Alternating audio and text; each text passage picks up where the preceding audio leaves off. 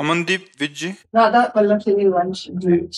राधे राधे गुरु जी। गुरु जी आपके चरणों में कोटि कोटि प्रणाम। गुरु जी मैं सिख हूँ और बचपन से ही मेरे पूजा पाठ और गुरुद्वारे में अत्यंत रुचि रही थी। इसके बावजूद भी मेरे दिमाग में हमेशा मानसिक बल और विवेक की कमी रही है।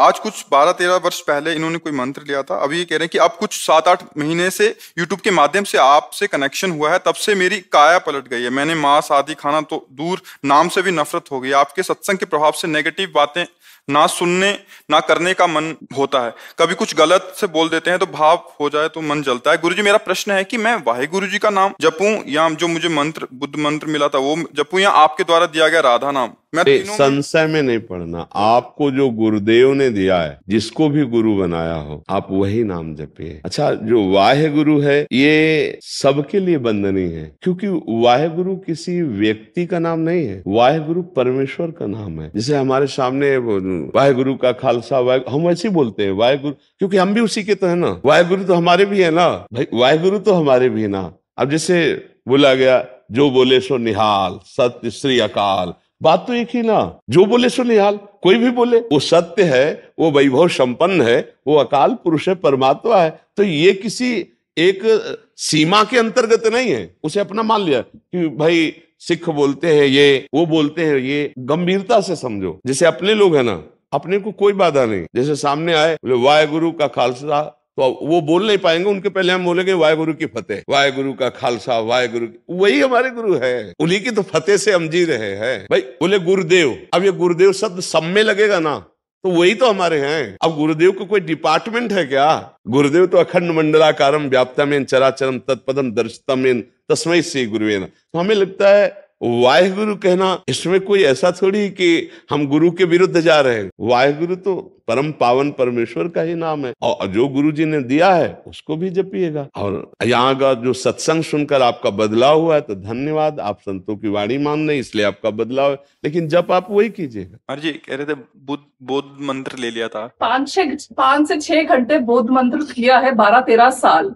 उसमें हमेशा कहा गया था कि अपने साथ साथ दूसरों के लिए प्रार्थना कीजिए। तो मुझे लगता है उसके फलस्वरूप मुझे आप मिले, आपसे राधा नाम मिला।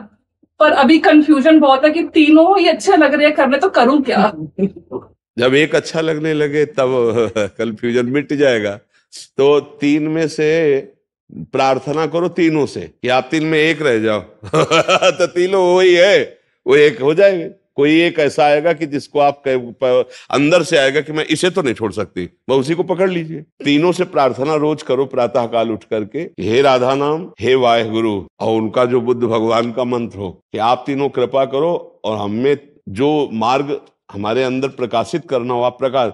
अगर चलने लगे जो वाहेगुरु वाहेगुरु वाहे राधा राधा राधा राधा, वह उसी में टिक जाओ कि वाहेगुरु आपको ये जपवाना चाहते, वाहेगुरु ऐसे चलाना चाहते, संशय खत्म हो जाएगा। गुरु जी आपने हमेशा सत्संग में कहा प्रीति एक से होनी चाहिए, वो होती ही एक से। देखो 3 से है तो कंफ्यूजन हो गया ना